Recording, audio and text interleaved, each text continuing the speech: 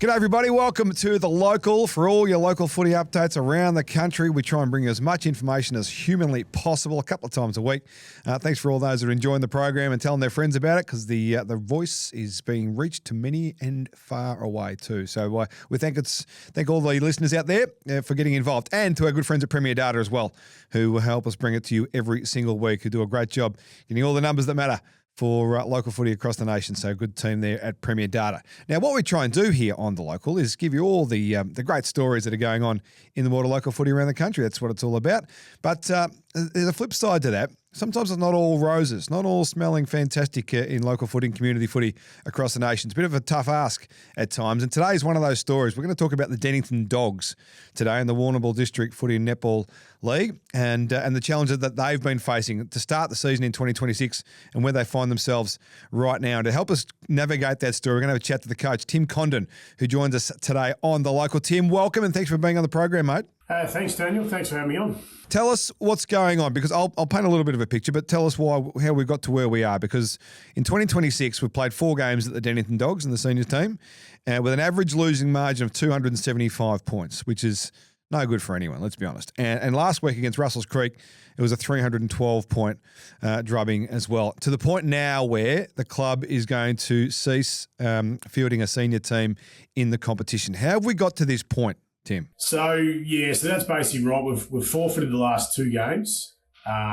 So this week was last week was officially for the rest of the season. Basically what's happened, we just had a massive exodus of players.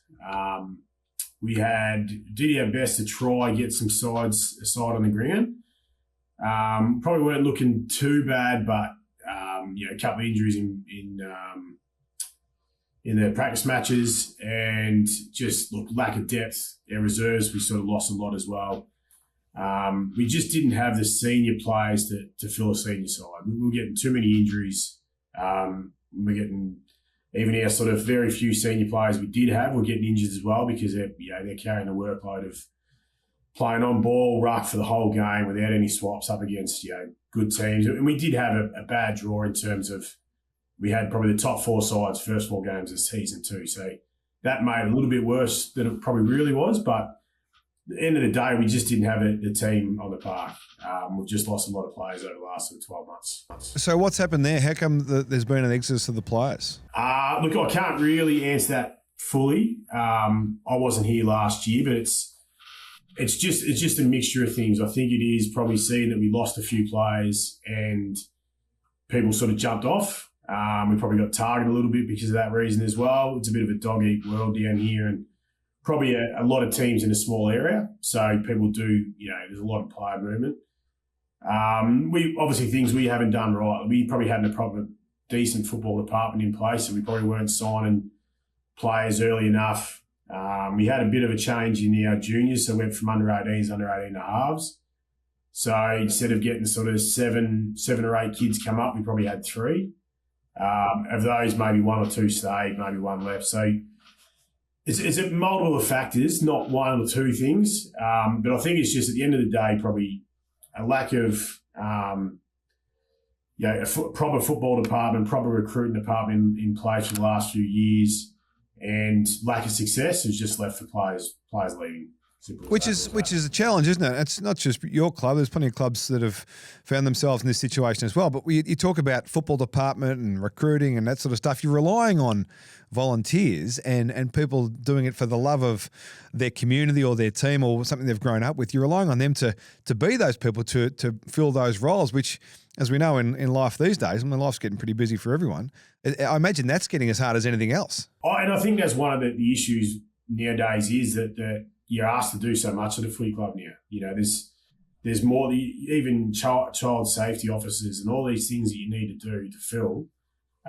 It gets pretty hard. And the money side of things in football, if you're going to raise more money, we're going to do more fundraisers, and you spend more and more time at the club. People don't want to sort of be there half the time. So there's a multitude of factors, and it's just probably gotten to a point where it's probably teetering for a while. We've just sort of fallen off the cliff this year. So we think we can hopefully bounce back pretty quick, but it's going to be a lot of hard work for the rest of the season and coming into next year. But one of the things you see that a lot of clubs are doing, I've even seen this week where clubs are re-signing players for next year already.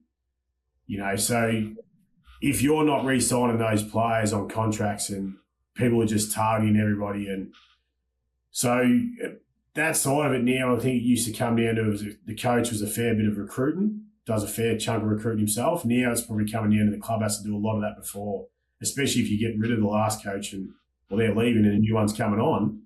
If you sign a coach late and everyone's already got everyone re-signed, where are you getting these players from? So it's probably a little bit of that. It's the way it's all changed and the trend in football. But part of that has been we probably haven't been and stayed up with that trend either. So we're not shying away from we've had issues in our own club that we haven't fixed properly and addressed properly.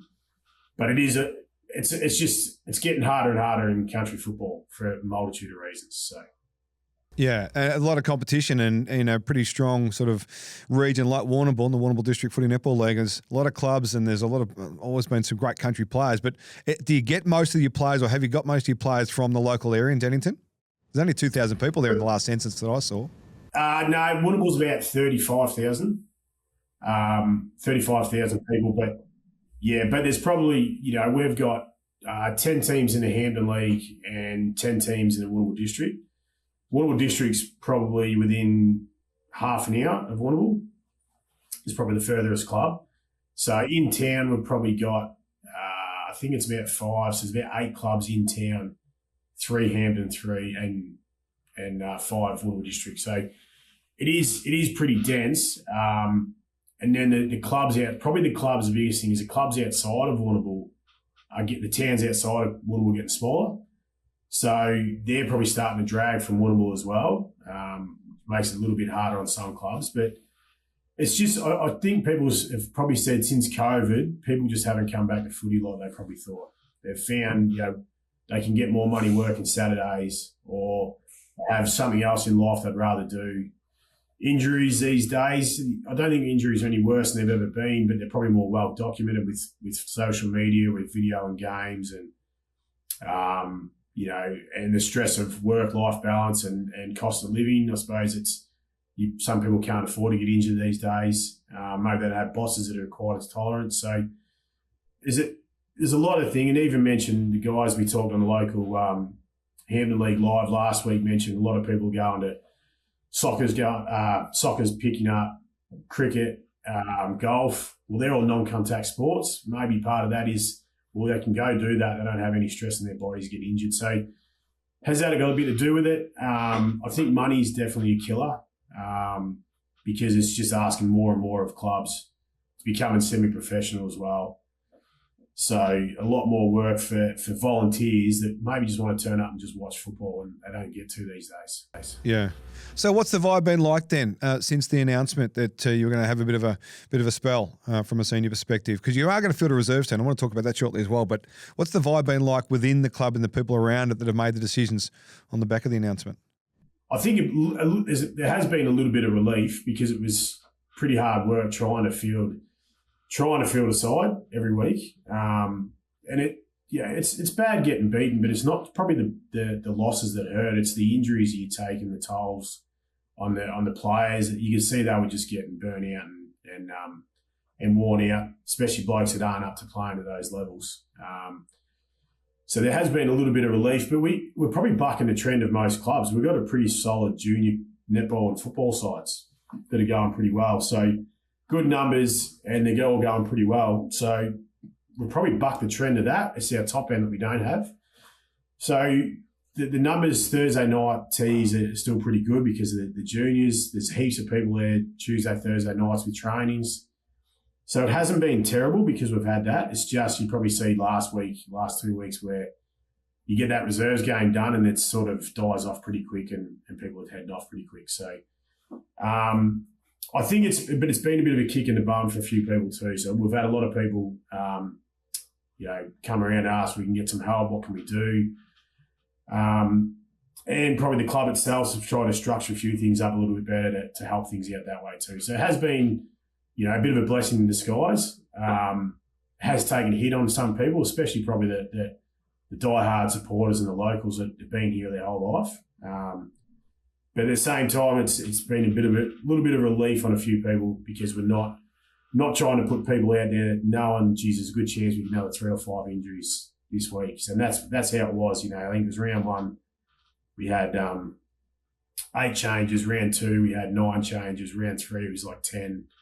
Some of those returning, but just the injuries, we just kept getting injuries because they just couldn't quite do it. So, yeah. When in the conversations about taking the role, you said it was your first year there. What was the club saying to you about the opportunity or the future that was going to be there at the Dogs? Well, probably a little bit of it was young group. They wanted a bit of experience.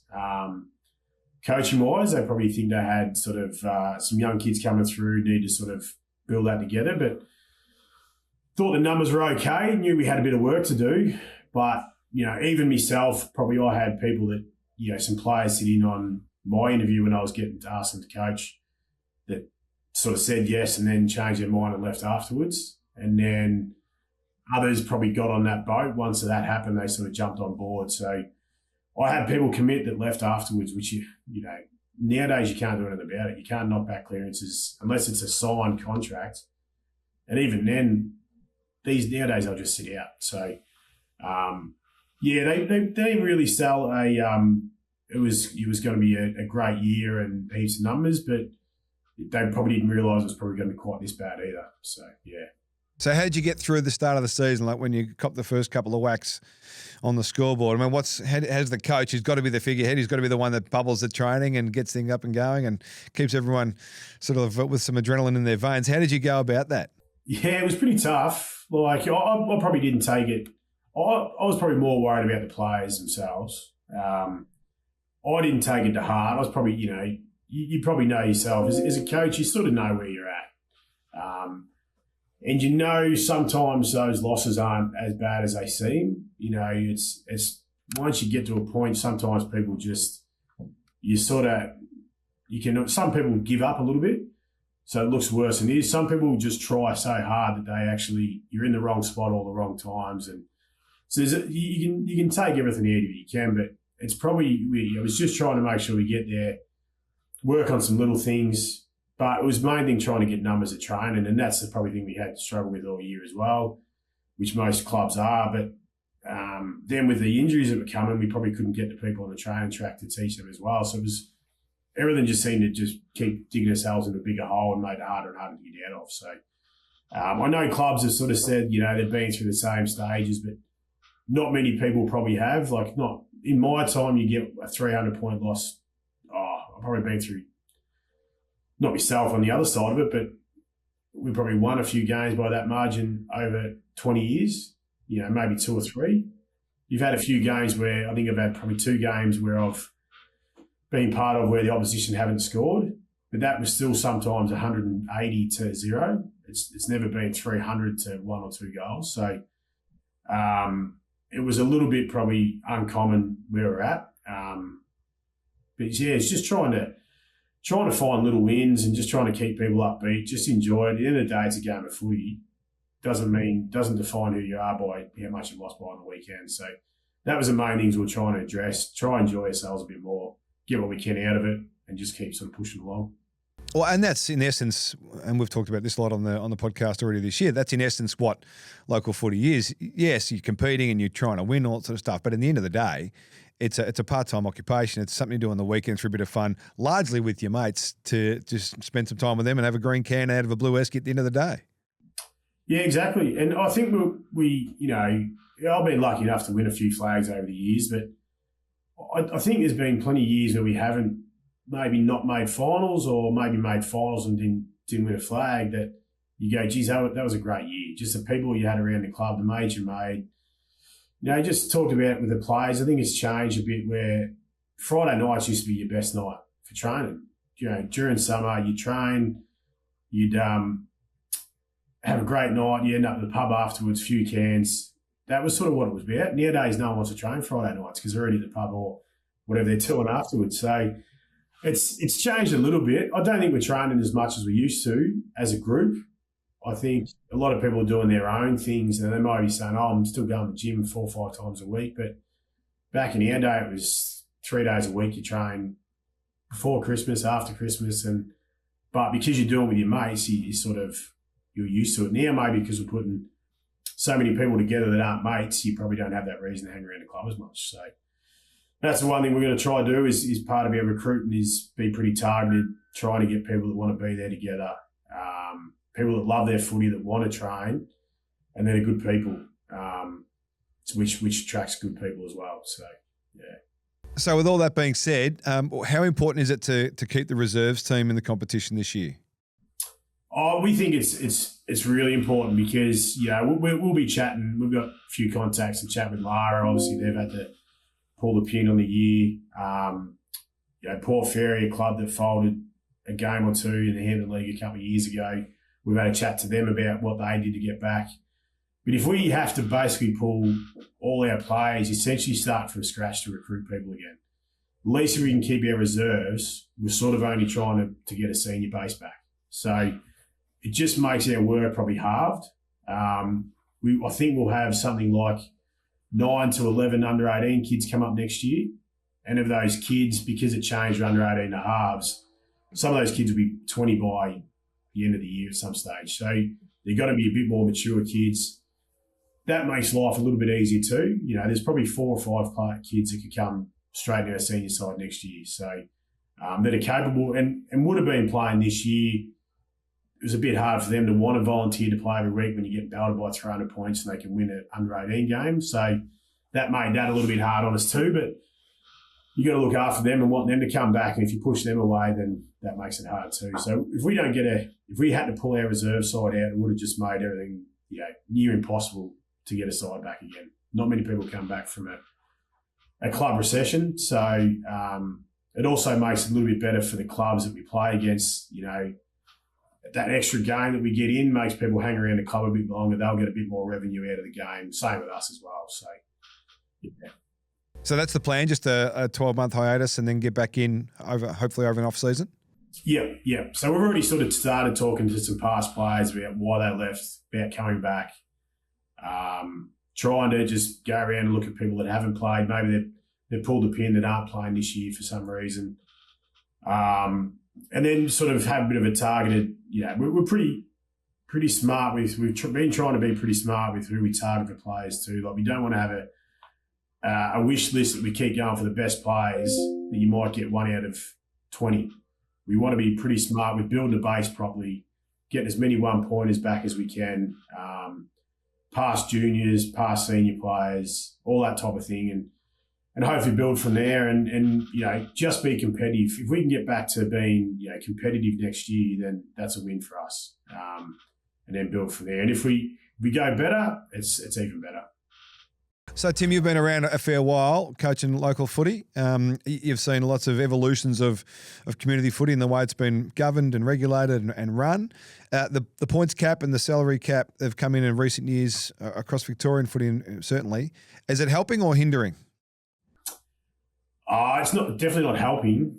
The salary cap itself, I don't think the salary cap's the issue. I think it's a policing of it. And, I think there was a report coming out saying that everyone's been within the salary cap around Victoria last year or this year. I just don't think it's easy to fudge the books and pay under the table. I think clubs are telling us that's what's happened. That's what everyone's doing. And if the AFL and AFL Victoria aren't looking harder into that, then they're kidding themselves. But it's probably more the policing of it. If it doesn't matter if you've got a salary cap if it's getting broken.